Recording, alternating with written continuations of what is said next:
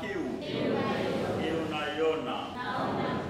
Tunapoadhimisha Dominika hii, Dominika ya 4 katika kipindi hiki cha Pasaka ambacho tunaendelea kumshangilia Kristo, na katika Dominika hii kama nilivyosema, tunaalikwa na Mama Kanisa kuombea mito ndani ya kanisa, na huu ndio mwaliko wa Kristo ambao anatualika sote daima kuomba kwa ajili ya mito ndani ya kanisa. Maneno ya Kristo yatabaki uhalisia katika nyakati zote, kwamba mavuno siku zote ni mengi, lakini watendakazi wa kuyavuna hayo mavuno wachache. Kwa hiyo Kristo anaendelea kutualika sisi kama Wakristo, wajibu wetu mkubwa zaidi kuendelea kumwomba Bwana wa mavuno, kwa sababu anayeita ni Mungu. Kwa hiyo Mungu aendelee kuwaita watu wake ili wawe tayari kuingia katika shamba lake. Ndio maana kanisa linatenga Dominika hii kukumbusha wajibu wetu kama Wakristo, kwamba wajibu wetu sisi kuendelea kulea, kuombea, kulea na kukuza mito ndani ya kanisa, ili tuweze kupata wachungaji, na si wachungaji bali kwamba anatualika tutafute wachungaji walio mwema, ambao watakuwa tayari kutunga, watakuwa tayari kuongoza, na watakuwa tayari kutufikisha katika njia ile ambayo sisi tunategemea. Huo ndio wajibu wetu kama wanakanisa, kuendelea kuombea mito ndani ya kanisa. Lakini si baki katika hali ya kuombea, na sisi tunaalikwa kuwajibika kukuza na kulea mito, na mito inaanzia ndani ya kanisa, ndani ya familia. Padri atoki nje ya familia zetu, padri ashushwi kutoka mbinguni. Padri au watawa wanatoka ndani ya familia zetu. Katika watoto wako hao, ndani yake kuna padri. Kwa hiyo tunapoalikwa kuombea mito, tunaalikwa pia kuwalea watoto wetu katika mtazamo wa kufikia hii mito, kwamba kila muumini atamani kwamba walau katika familia yake atoke sista, atoke padri, atoke mtawa ambaye ataenda kuwahudumia wengine. Kama sisi ambao tunatamani watu watuhudumie, basi nasi tuwe wakarimu kwa kuwatoa watawa, kwa kuwatoa mapadri katika familia zetu ili wakawahudumie wengine. Moja kati ya changamoto ambayo kanisa linabainisha hasa katika nyakati zetu, waamini wengi tunapendwa kuhudumiwa na mapadri, lakini sisi wenyewe hatutaki kuwatoa mapadri. Nenda kwenye familia moja, watoto wanacheza pamoja na wale wao hapo, basi tunaongea, nikamchukua mtoto mdogo, kambeba, kamwambia ile mama, kasema kwa kweli huyu mtoto anafaa kuwa padri. Yule mama kaniambia, padri ushindwe tunaulegea. Kamwambia, nimetenda dhambi gani tena mpaka nishindwe na kulegea? Nasema mtoto wangu hawezi kuwa padri. Yaani mimi nimtoe padri, nikose wajukuu? Hilo jambo haliwezekani kabisa. Siwezi kumruhusu mtoto wangu awe padri wala awe sister. Kaambia, kwa hiyo unapenda mapadri sana? Nawapenda mapadri. Unapenda wakuhudumie sana? Napenda wanihudumie. Sasa hao wanaokuhudumia ni watoto wa nani? Ni watoto wa mwanamke mwenzako aliyesikia uchungu kama wewe, aliyetamani awe na wajukuu kama wewe, lakini akaamua kutoa sadaka kwa kanisa ili atokee padri katika tumbo lake aweze kukuhudumia wewe. Kwa hiyo huyu mama alinipa picha na taswira kwamba wako bado wazazi ambao hawapendi kuwaona watoto wako wanaelekea katika wito huo. Kwa hiyo ndio maana Baba Mtakatifu katika Dominika ya leo anasema tutambue kwamba wito ni zawadi kutoka kwa Mungu. Watoto ambao wanasikia wito ndani yao, wajibu wetu kama kanisa ni kuwasaidia kufikia katika wito huo. Na huu ndio mwaliko si tu wa Baba Mtakatifu, nadhani pia ni mwaliko wa askofu wetu wa jimbo Mwashamba, Baba Askofu Wolfgang Pisa, ambaye anatutaka sisi sote waamini katika jimbo letu la Lindi tutafakari na tuone miito ndani ya kanisa letu, namna ambavyo tunawajibika kukuza miito ndani ya kanisa letu, kwa miito ndani ya kanisa letu. Na Mwashamba Baba Askofu ameweka wazi, amesema kuanzia sasa huu ndio wajibu ambao tunaenda kupokea kama waamini. Swala la kukuza na kulea mito halitabaki tu kwenye labda ofisi ya mkurugenzi ya mito, ni wajibu kuanzia ngazi ya parokia. Kwa hiyo amesema kila parokia walau iwe na walau na waseminari wawili, kuanzia wawili kila mwaka. Wale watoto ambao wana nia na mwamko wa kwenda seminari, kwamba parokia iwajibike kuwalea na kuwakuza ili waweze kufikia katika mito yao. Kitazama katika parokia yetu hatuna mseminari hatuna mseminari katika seminari zetu. Kwa hiyo tutakaa karibia miaka hata 20, tutafanya jubilei ya miaka 25 ya parokia. Hatuna hata padi ndani ya parokia yetu. Na kukua kwa parokia si tu kukua katika, kama ninavyosemaga siku zote, kukua katika majengo, hapana. Ni kukua katika mito ndani ya kanisa lako, ndani ya parokia yenu. Mmetoa masista wangapi? Mmetoa mapadi wangapi? Kuna parokia fulani ukienda utakuta mapadi wako 20, 30, wanajivunia kwamba parokia yetu imekuwa sababu ya kukuza na kutoa wachungaji ndani ya kanisa. Kwa hiyo ni wajibu wetu kama waamini wa parokia yetu ya Mnazi Mmoja, na sisi tuone wajibu huo kwamba tutamani watoto wetu walau tuwe na waseminari wadogo, tuwe na waseminari. Tuna mseminari mmoja mkubwa Fratelli Dominici, lakini tumempokea kutoka jimbo lingine. Kwa hiyo tumepewa kama wanaitwa nini kwa lugha ya Kiswahili nzuri, mtoto unapompokea mtoto kutoka, sio mtoto wako, kumwadapt, adoption, sifa kimakonde vizuri. Tumemwadapt kutoka Shinyanga huko, sio mtoto wetu, lakini ni zawadi, kama tunasema ni zawadi kutoka kwa Mungu. Kwa tumempokea kama mtoto wetu ndani ya parokia, lakini zaidi, furaha zaidi inaongezeka pale ambapo wewe mwenyewe unazaa. Msifu Yesu Kristo. Unashiriki ule uchungu wa kuzaa, na unaona matunda ya ile kazi ambayo unaifanya. Kwa hiyo ndio wajibu wa Dominika ya leo. Tunapoombea mito, nasi tunaalikwa kukuza na kulea mito kuanzia ngazi ya familia zetu. Watoto wetu tusiwazuie wanapoitwa na Mungu, wanapoonyesha maelekeo ya kumtumikia Mungu.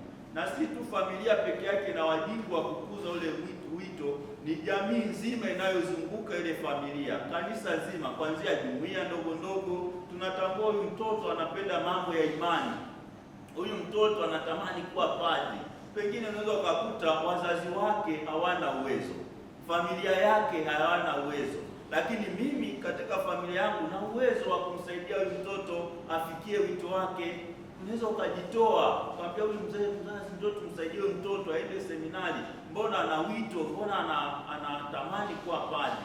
Kwa hiyo unapomsaidia unashiriki utume mkubwa sana ndani ya kanisa, unashiriki kazi kubwa sana ndani ya kanisa. Kwa hiyo hali hii ni mwaliko ambao tunaalikwa sote iingie ndani ya mioyo yetu. Ukifanya sensa ya mapadi katika jimbo letu, jumla ya mapadi wote, tuna parokia karibia 32. Karibia parokia 32. Lakini jumla ya mapadi wote tuko kama mapadi, ukijumlisha wote tunafika kama 50. Mapadi wote wa jimbo. Kwa hiyo ukigawanya kwa idadi ya parokia, unaweza ukakuta kabisa hatutoshi. Manake hapo umemjumuisha na mwasha baba askofu. Sasa toa kama mapadi 5 ambao wanafanya katika ofisi ya baba askofu, ambao hawezi wakapata majukumu ya kusimamia parokia. Ndio maana mpaka leo kuna parokia ina miaka 20 ndani ya jimbo letu hili haina paroko. Parokia ya Nandete kule Kipatini. Kwa sababu gani? Kwa sababu ya uhaba na uchache wa mapadi katika jimbo letu. Kwa hiyo tukiyatazama hayo au tukitazama sensa hii, tuone sisi waamini tuna kila sababu ya kukaa chini na kumwomba kweli huyu Bwana wa mavuno alete watendakazi. Nilikuwa naongea na padi mmoja anasema, tuko wachache kweli, mavuno kweli ni mengi, lakini watendakazi ni wachache. Na sisi wachache tuliopo humo ndani kuna wagonjwa. Msifu Yesu Kristo. Sio tu kwamba wachache, lakini wachache waliopo ndani yao kuna wagonjwa, hawezi tena kupata majukumu makubwa. Kwa hiyo mwisho wa siku tunaona uhitaji mkubwa wa kanisa katika kuombea mito. Kwa hiyo unapolala hakikisha unaombea mito. Tamani hata mtoto wako awe padri mmoja. Angalia mtoto wako awe padri mmoja. Muombe Mungu kwamba mwanangu namtoa huyu sadaka. Mungu namtoa huyu sadaka, umtende kama unavyotaka. Hivyo ili tuweze kupata wachungaji ambao Kristo anatuambia Dominika ya leo, ambao pia tunaita ni Dominika ya mchungaji mwema, kukumbuka kwamba sisi sote tunaitwa na Mungu kama kondoo zake, yeye ambaye ni mchungaji wetu, ili aweze kutuchunga, ili aweze kutuongoza, ili aweze kuwa pamoja nasi. Na Kristo anabainisha sifa za mchungaji, sifa za mchungaji, kwamba mchungaji mzuri ni yupi. Anasema mchungaji mzuri, sifa yake ya kwanza, yeye daima anawapenda wale kondoo zake. Hiyo ni sifa kubwa ya jumla, anawapenda kondoo zake, ambao anakuwa tayari kufa kwa ajili ya kondoo zake, anayekuwa tayari kujitoa kwa ajili ya kondoo zake. Ukiendelea kusoma katika sura zinazofuata, katika mstari inayofuata, Kristo anaweka wazi, anasema siku zote mtu wa mshahara awe na uchungu na wale kondoo au ile mifugo anayosimamia. Anapokuja labda mnyama mkali, asema yeye anakimbia na kuacha kondoo, lakini yule mmiliki wa kondoo, yule mwenye kondoo, yule mchungaji atakuwa tayari kutoa uhai wake kwa ajili ya kondoo zake. Na ndicho ambacho anakionyesha Kristo katika maisha yetu, kwamba daima anakuwa tayari kujitoa yeye kwa ajili yetu. Na anasema sifa ya pili ya mchungaji, daima anasema yeye anawatangulia kondoo, anaongoza njia kwa ajili ya wale ambao anawaongoza. Nasema na wale ambao anawaongoza wanakuwa tayari kumfuata. Kwa hiyo kunakuwa na uhusiano wa karibu kati ya mchungaji pamoja na kondoo ambao anawaongoza. Ndio anasema cha kwanza anawajua majina. Anawajua majina, anawatambua kwa majina. Na wale kondoo wanamjua kwa sauti, kwamba huyu ni mchungaji wetu. Ndio maana anapowaita wanatoka, wanasikia. Kwa hiyo sifa ya mchungaji, anakuwa anasikilizwa na kondoo zake, na wale kondoo pia wanakuwa tayari kumsikiliza mchungaji wao. Hawawi na kiburi, wanakuwa wanyenyekevu, wanakuwa tayari kusikiliza, kwa sababu wanajua tukimgomea huyu, tukienda kinyume na huyu, hatutaweza kupata chakula, hatutaweza kupata majani mabichi. Ndio maana Daudi katika wimbo wa katikati ambao tumewimba, mshangilie kidogo bwana Samuel, ameimba vizuri kweli, pigie makofi.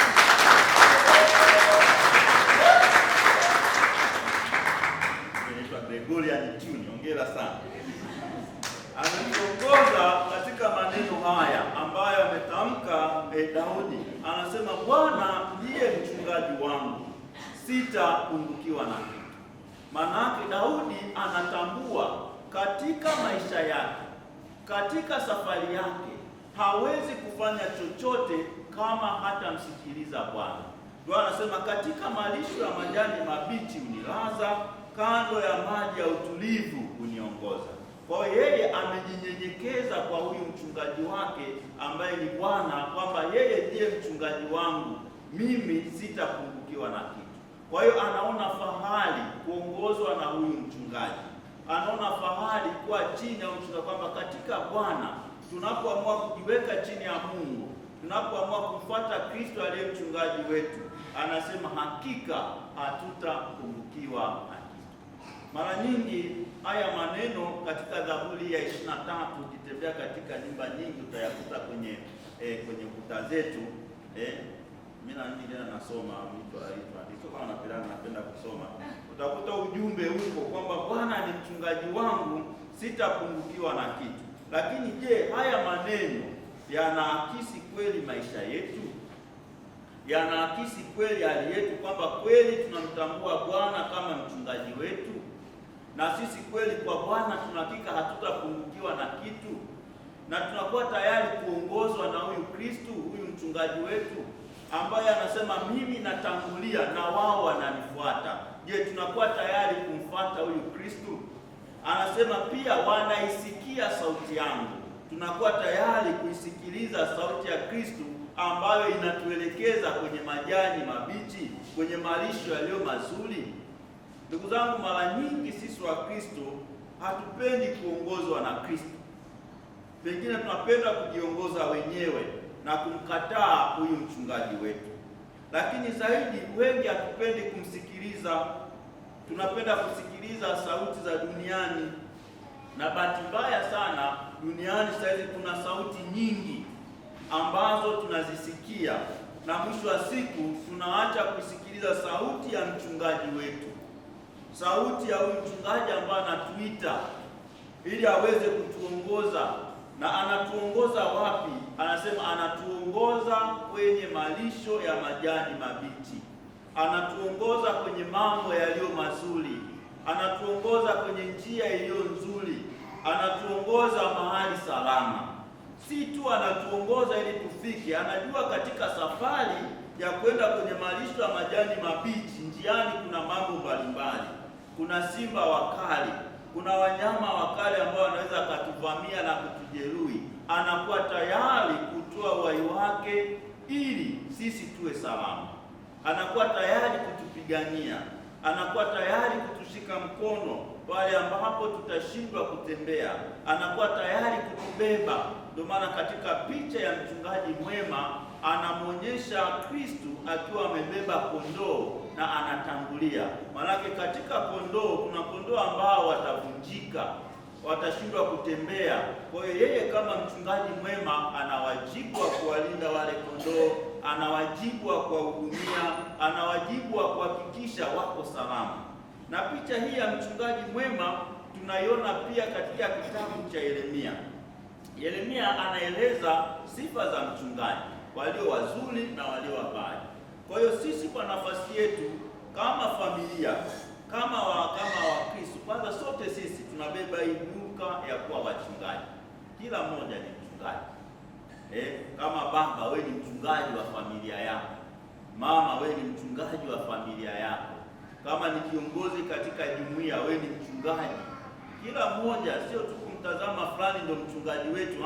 Hata wewe kwa nafasi yako ni mchungaji. Unaowatazama wale, unaoangalia wale, je, wako salama? Wako salama? Kundi lako ambalo unaliongoza kwa nafasi yako kama baba katika familia, baba kama familia, wewe familia yako iko salama? Haivamiwi na wadudu, haivamiwi na wanyama wakali? Unajitoa kiasi gani kwa ajili ya familia yako? Unailinda kiasi gani familia yako?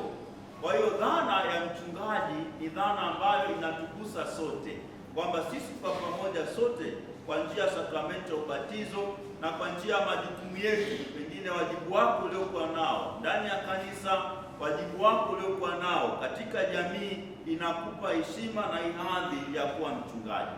Kwa wajibu wetu sote ni kuwafikisha wale ambao tunakabidhiwa katika malisho ya majani mabichi. Kama familia ifike katika mahali ya mafanikio, ifike katika hali safi.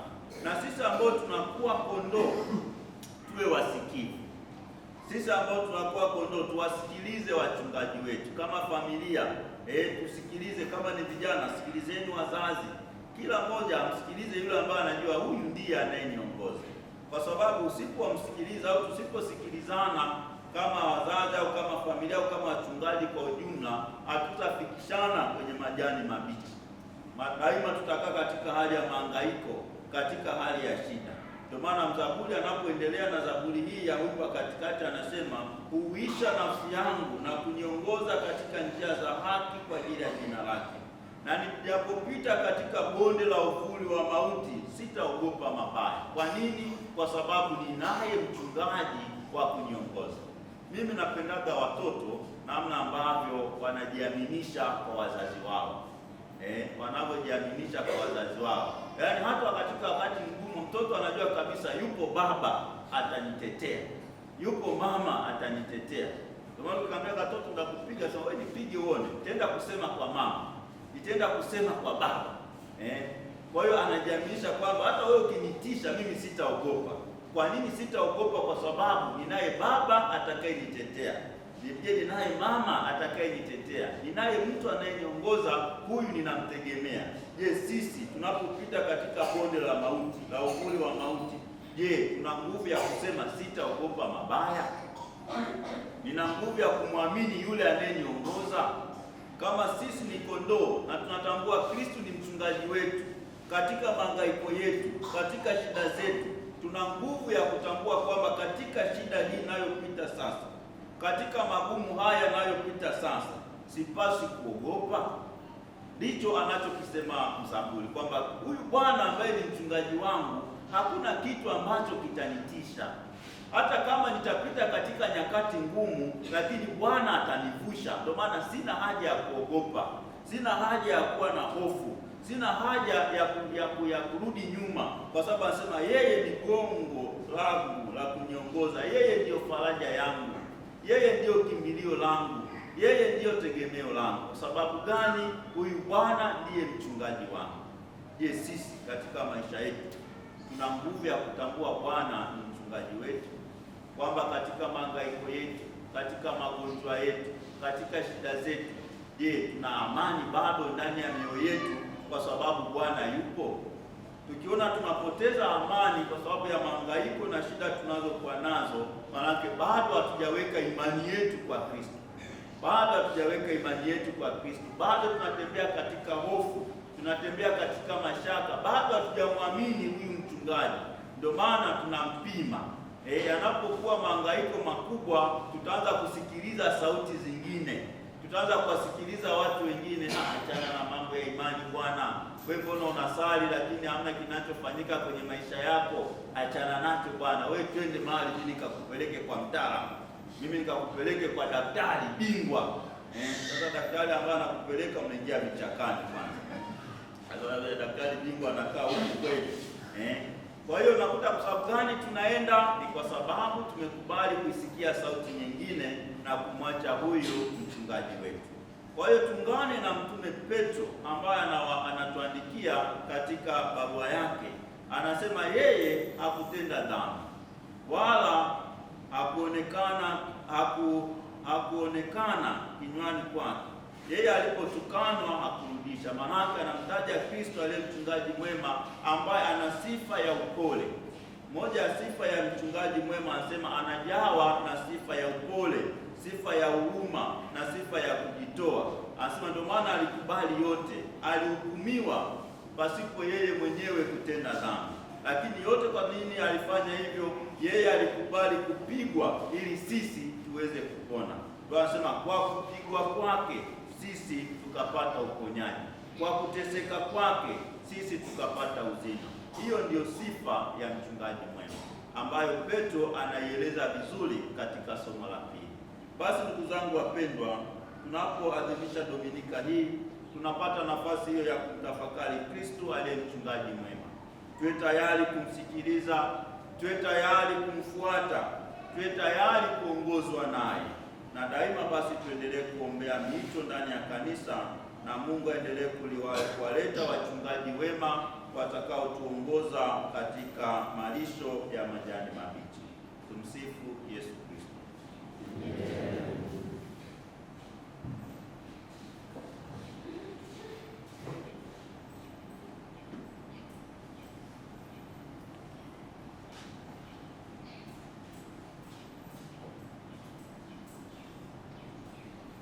Tusimame ili imani. Nasadiki kwa Mungu mmoja,